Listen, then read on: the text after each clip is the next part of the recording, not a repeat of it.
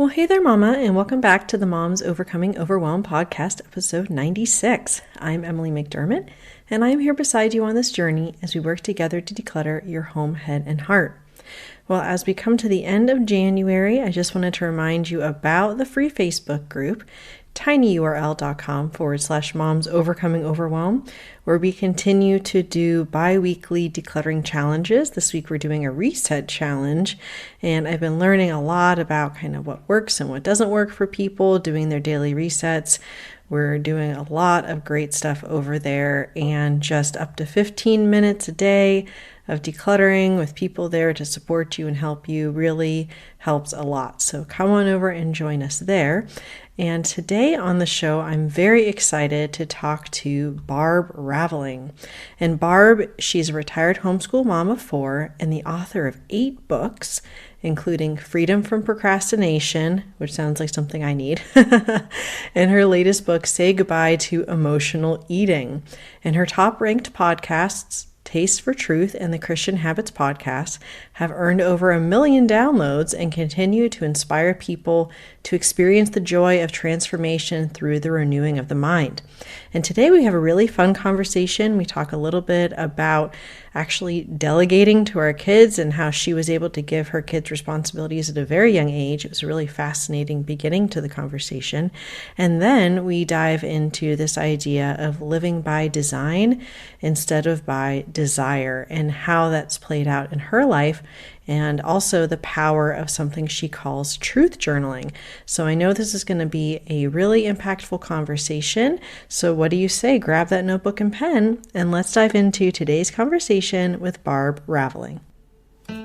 Hey there, Mama. Are you tired of all the stuff crowding your home, calendar, and mind? Do you wish you could say goodbye to the endless to-do list running around in your head? Want to declutter but don't know where to start? You're in the right place. Welcome to Moms Overcoming Overwhelm, where you will find proven and practical solutions to declutter your home, head, and heart. Hi, I'm Emily, a wife, boy mom, and simplicity seeker. I struggled to get pregnant and felt overwhelmed until I discovered decluttering could create the physical and emotional space I needed to become a mom. Now, 2 kids later, I've transformed my life in motherhood by developing simple systems around decluttering, capsule wardrobes, kid stuff, cleaning and tidying, meal planning, time management, and more, and I can't wait to share them with you. If you're ready to reclaim the time and energy you crave, be present with your kids, and finally enjoy the life and motherhood you so deserve, let's kick overwhelm to the curb, shall we? Grab your lukewarm coffee, your notebook and pen, and clear off some counter space. Let's do this. Well, hi, Barb. Thank you so much for coming on the Moms Overcoming Overwhelm podcast. I am very excited to talk to you today. And thank you for having me. I love your podcast, all the subjects you talked about, and I'm excited to be a guest. Yeah, and I actually found out about you actually through my therapist, which is kind of funny. She was just saying, oh my gosh, there's this author that I love, because we were talking about at the time emotional eating, which is one of the areas that you have a lot of expertise in. And I just was thrilled that we could connect in this way, and I could kind of get to know a little bit more about you and our audience as well. So with that in mind, could you please introduce yourself a little bit? Tell us about you and your family, kind of how you serve women, and if you ever have any free time, what you like to do in that free time. Okay, well, I'm an empty nester. I'm also a retired homeschool mom. I have 4 adult kids, and my husband and I, we lived for 30 years in a small town in Montana, and now we are doing a travel physical therapy lifestyle. So he goes around to different hospitals and work, and every 3 months we move. So it's a very different lifestyle, but we're enjoying it. And I work as both a podcaster and a writer. And so I have some things to fill my time. In our spare time, we love to camp, backpack, hike, and adventure. We also like to read. So it's kind of a fun lifestyle for us. I miss the community because I'm the people person, but the adventure is worth it, I think. That is so cool. And I always talk with my husband about when our kids are older, what we might want to do. I'm trying to convince him. He's really tall. He's like 6'3". And I say, well, why don't we live in a tiny house? He doesn't think that's a good idea. He's like, I don't think they make tiny houses for tall people. But I love, you probably have to have sort of a minimalist, decluttered lifestyle if you're having to move every 3 months. So you probably could teach us a couple things about maybe we'll have you back and you can teach us about how to have a decluttered home when you're moving all the time, because that sounds like a really interesting change in lifestyle and having to just kind of keep, what matters most to you in your home. So that's really interesting. Yeah, it was fascinating because we probably got rid of half of our belongings and moved the rest into a storage unit because we don't have a house right now. And then whenever we go someplace, all we have is one car full of belongings. So it makes life very easy and very simplistic, Ooh, which I like. you're speaking my language, Barb. Well, I would love it now, you being mom to four kiddos and you kind of come out the other side. So my boys are 5 and 7. So I have a kindergartner. I'm kind of enjoying this kind of new phase where they're in school for most of the day. But I would love it if you could tell us about a time when you were really overwhelmed in your motherhood, kind of what that looked like for you, whether it be stuff or chores or time management, any of the things, and sort of what was the catalyst for you to make a change and what did you do so you could kind of simplify and get on top of things. I know in your podcast you talk about habits. So any of the wisdom that you would like to share with us overwhelmed mamas would be great. Okay. Well, I was the person that always was overwhelmed. I mean, even before we started having kids, we had a really messy house. We didn't put things away. I'm a 7 on the Enneagram scale. My husband's a 9. So we're kind of like fun and relaxed and that sort of people. But every time we had a new kid, our life got more out of control because not only were we not putting our things away, but the kids weren't putting our things away. And the more kids we had, the more it got out of control. So I didn't ever get everything under control when my kids were home. I've done a lot of growing since then. So that's something to be thankful for. But one thing I did get under control when they were at home was the whole keeping the house clean and keeping the chores done. And so I had a system. And what I did is I assigned each kid, I divided all the housework into 15-minute segments. And each child had to do a 15-minute job before breakfast. And if they didn't do it before breakfast, they got a little mark on a chart. And that mark in the chart equals a 15-minute job. So that meant whenever I needed an extra 15-minute job, maybe I needed some yard work or something, then I could call in one of those kids that had a little mark on their chart. And we did it very cheerfully. There was no ridicule or angry words or anything like that. In fact, we kind of made it a fun game. We said ding, ding. So that way I didn't have to remind the kids to do their work. It was just always done before breakfast. And it was simple. It was only a 15-minute job. So it was simple.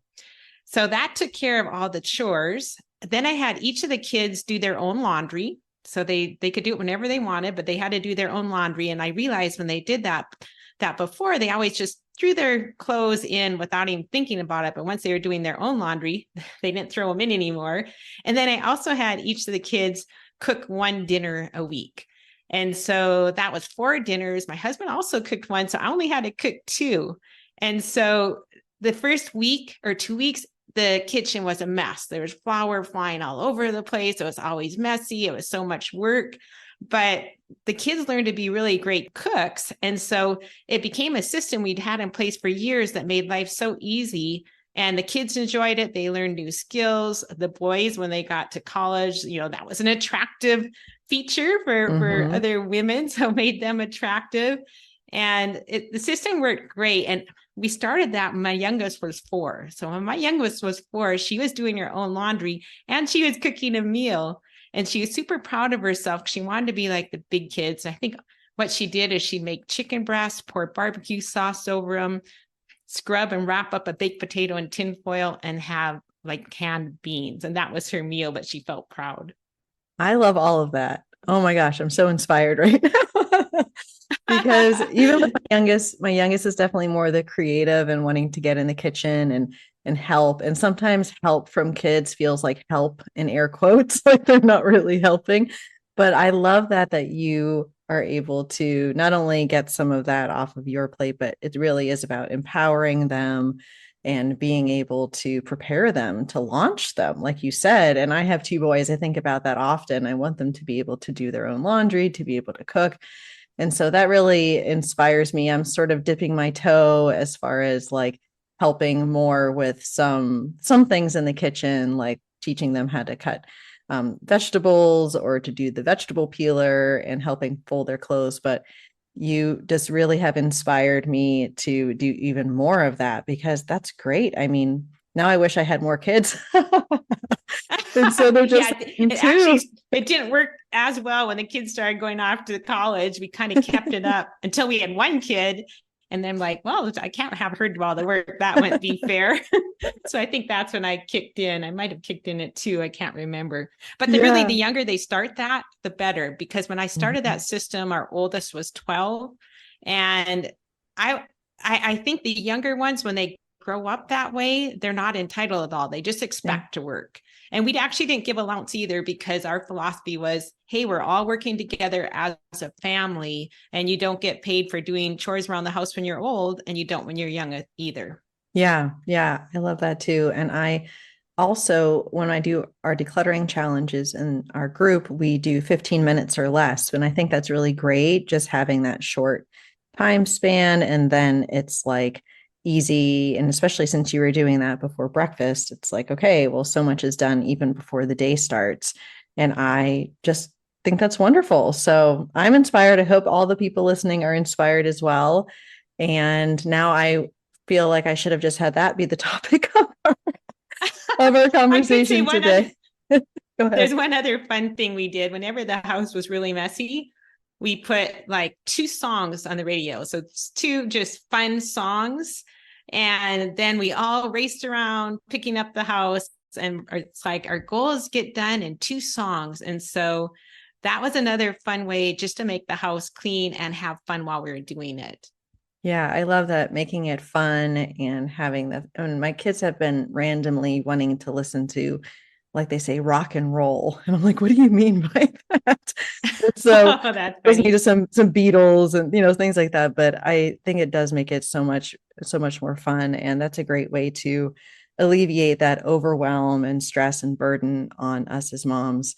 And with that in mind, I do want to shift into, even though I could talk about delegating all day, about coping mechanisms, because the reason that I was introduced to you was about this expertise you have in emotional eating. But even if our listeners aren't dealing with emotional eating necessarily, when we are feeling so overwhelmed and we have that fight or flight mentality, that feeling, we are turning, most of us moms, to coping mechanisms. And that can look like a lot of things. For some of us, it's picking up the phone, scrolling social media, binging on Netflix. Maybe it's drinking. For me, it's sugar for sure. And I love how you call this living by desire, sort of that we're being pulled by our desires rather than living by design. And we speak a lot here about intentional living, living in alignment with our values, making room for what matters most. And it would be wonderful if you could talk to us a little bit about shifting from being this living by desire mentality and shifting more to living by design, like what that might look like, especially if we're feeling overwhelmed as moms. We have our jobs, we're taking care of the house, the kids are pulling on our leg and yelling, mommy, mommy, mommy, all the time. And how do we actually get out of that reactivity and that overwhelm so that we can start living more intentionally? I can't wait to hear your tips on this. Oh dear, you're bringing back all those memories. So I guess I have 2 different ways that I think about living by design rather than desire when you're a mom with kids at home. When my kids were really little, I almost feel like I might have been feeling depressed. The kids, it's just so noisy in the house. We lived in kind of a dark house at the time. I'm a person who loves adult conversation. I like to have my mind engaged. And that was back before I had my little chore system. So, that wasn't working well.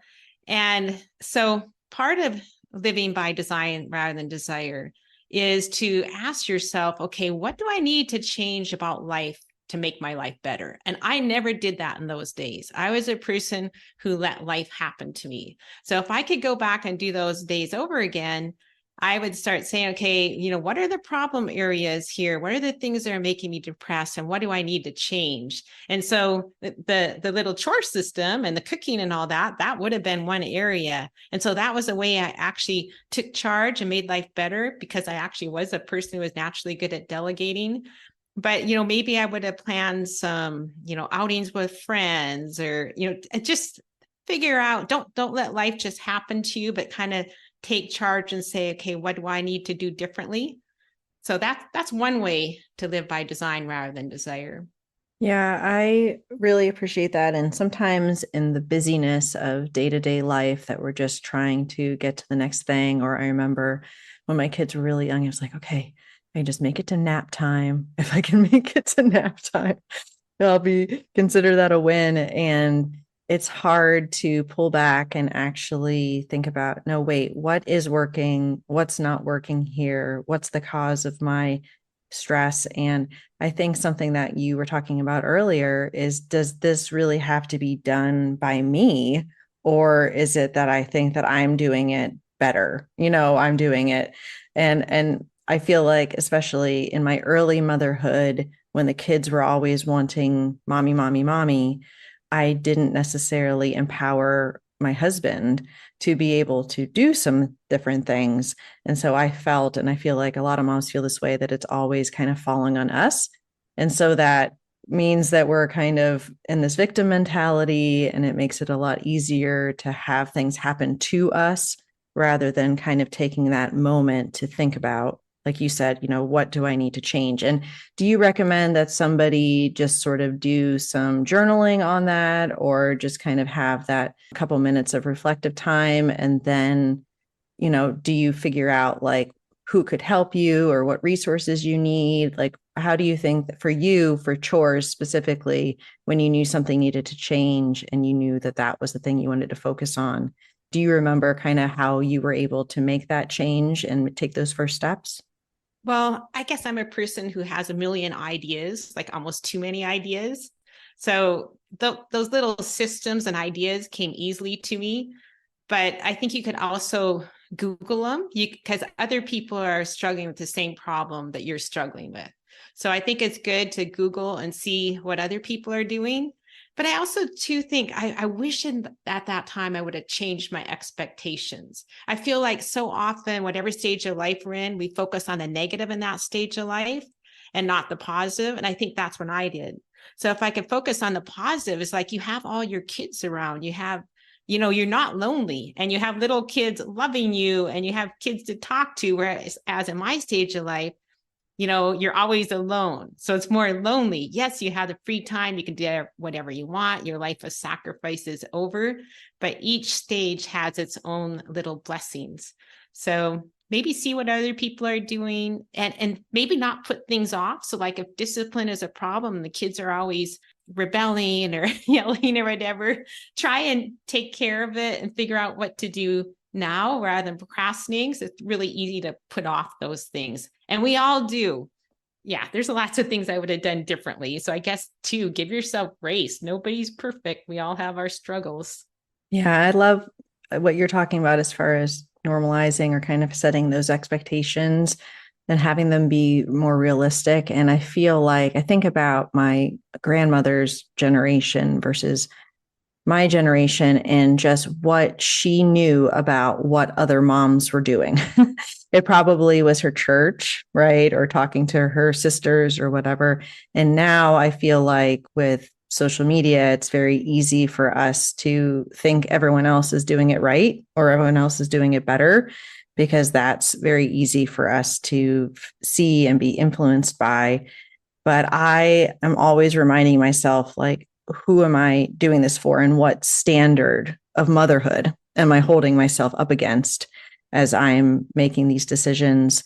And I found that a lot of times it was my expectations about what being a mother should be, should in quotes, because of maybe how I was raised, and being able to shift that to say, like you said, what is most important to me? What do I need to change? This is changing things, living by design based upon what matters most, right, to us, not necessarily how we were raised. So That's really helpful. Now, you said that there was one other way that we could live by design. Can you dive into that for us? Yeah. The other way is to not let our coping techniques control us. So I was a person who was not good at making myself do things I didn't want to do. And so when there's something I didn't want to do, or if I was unhappy a lot in those days, I would eat. Thankfully, I raised my kids when there was no phone. I think it'd be so hard to raise your kids when you have your phone to escape on. Mm-hmm. And so with that, don't we're all about a society doing what we want when we want, but often doing what we want when we want, it has negative consequences because we want things that aren't good for us. So I started doing something I call truth journaling. And that was, I explain it more on my website. You can find resources on that if you're interested, or in my books. But basically, it's, taking a look at what am I thinking, because it's what we're thinking that drives both our desires and our emotions. So if I'm thinking life is terrible, then I'm going to feel depressed and discontent. But the truth is, there are some things about life that is hard when you have little kids at home. But there are some things about life that are incredible and wonderful when you have little kids at home. So if I believe the lie that life is terrible, I'm going to be depressed. So I have to carry those thoughts captive to the truth and replace any lies I believe with truth. And that will automatically change my emotions. And it also helped me to have self-control with my coping techniques. Yeah, that's incredibly helpful. And it's so interesting when you're talking about truth journaling. That is specifically the phrase that my therapist used with me, which came from Uh-huh. you. That's what she said Uh-huh. has been super helpful for her. And I'm just pulling up my notes from, what she had talked to me about. And maybe you can speak a little bit more to this, but just kind of talking about, what has happened, your emotion, and examining your beliefs, and also talking about, what we need to accept in the situation, what results we're hoping for. Is that on the right track as far as like what truth journaling might look like for someone? So the truth journaling part is just looking at what you're believing, asking, is this 100% true? And then writing the truth. But some of those other things you talk about, I include in my Rally Bible study. So those are also helpful because sometimes the truth isn't pretty. But as an example, I struggled with resentment of my husband back in those years because I did kind of take over everything and he didn't do as much as I wanted him to. And so I started resenting him. So what I started doing is, well, I was thinking of doing a think positive project. So every time I had a negative thought, I'd write it down in my journal, I'd replace it with a positive thought. And it wasn't long before I really realized a lot of those negative thoughts were lies. And I started replacing lies with truth. And I called it truth journaling. And I was shocked at how much that little act changed my feelings towards him. I made a commitment to do it every time I was annoyed with him before I went to bed at night. And in 2 months, I had completely changed the way I felt. So it wasn't like, oh, he's the greatest thing in the world, but I was no longer like really angry at him. And we've been married over 40 years now and have a good marriage, and I really enjoy him. But it was rocky back in those days, and truth journaling helped. The Bible calls it the renewing the mind. But after I wrote my first book, Freedom from Emotional Eating, a friend of mine who's a psychologist said, Barb, your truth journey is like cognitive therapy. So it's also a counseling sort of thing, a technique people use in counseling. Yeah, that's really powerful. And I feel like resentment is a major issue, especially when we're feeling overwhelmed, because it's very easy when we're in that mentality to see what people aren't doing, whether that be our, spouses or our kids or just other external parties or forces. And I love that that was so powerful that, like you said, it wasn't immediately like everything's, wonderful, but you can at least start saying, okay, this is the truth. And this is the truth that I'm speaking over me and then the situation. And yeah, that is really, really helpful. And I'm going to make sure to link in the show notes to your books and your website and your resources and everything. But I was hoping you could tell the listeners the best place to connect with you if they want to learn more about the truth journaling or any of the things that you spoke about today. Well, you can go to barbraveling.com. That's my website. Or I have the Christian Habits podcast and the Taste for Truth podcast. Those are my two podcasts. I've started doing a little bit on YouTube as well. And but you can find everything you need to know over at my website.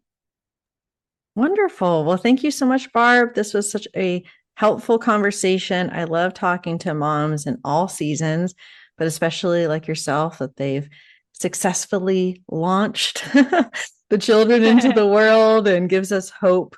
As far as, like you said, giving ourselves grace, trying to enjoy the season that we're in, and being able to take some of those really helpful tips that you shared and help us feel a little bit less overwhelmed in motherhood. So thank you so much for coming on the show. Thank you for having me. It was great to be here.